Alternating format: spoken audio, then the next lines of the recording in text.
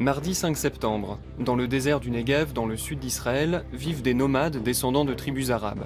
Les Bédouins revendiquent une grande partie du désert, ce que contestent les autorités israéliennes.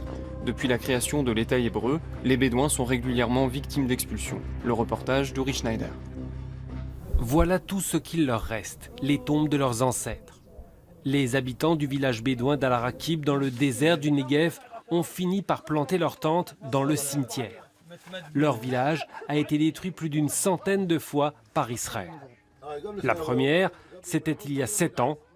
Les policiers étaient venus avec des bulldozers, des chiens et des hélicoptères.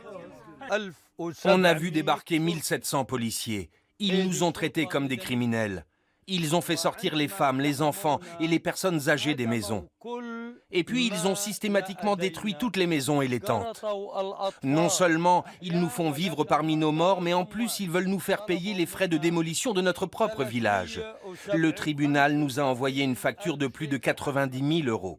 Le plaignant est à Beersheva, une ville en plein désert. C'est d'ici que le parquet et le ministère de la Justice mènent depuis des années un bras de fer juridique contre les Bédouins. Selon eux, les terres appartiennent à l'État et non aux Bédouins. Les maisons rasées ont été construites illégalement. Par conséquent, c'est aux Bédouins de régler la note. Ils ont beau dire que c'est cruel, mais nous ne sommes pas dans une situation où des gens ont été expulsés par surprise. Ils ont reconstruit plus d'une centaine de fois sur ces terres sans permis. Nous les expulsons et ils reviennent. Nous les expulsons une nouvelle fois et ils reviennent encore.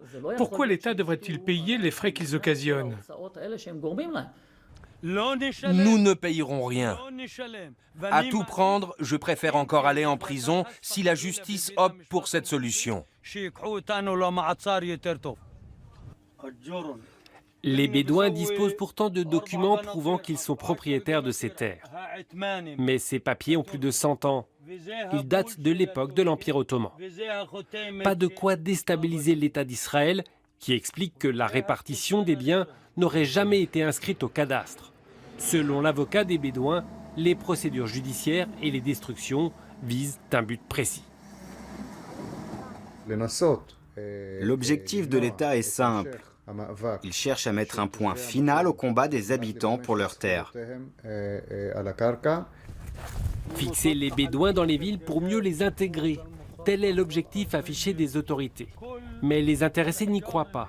Ils dénoncent au contraire une stratégie visant à les déposséder de leurs terres.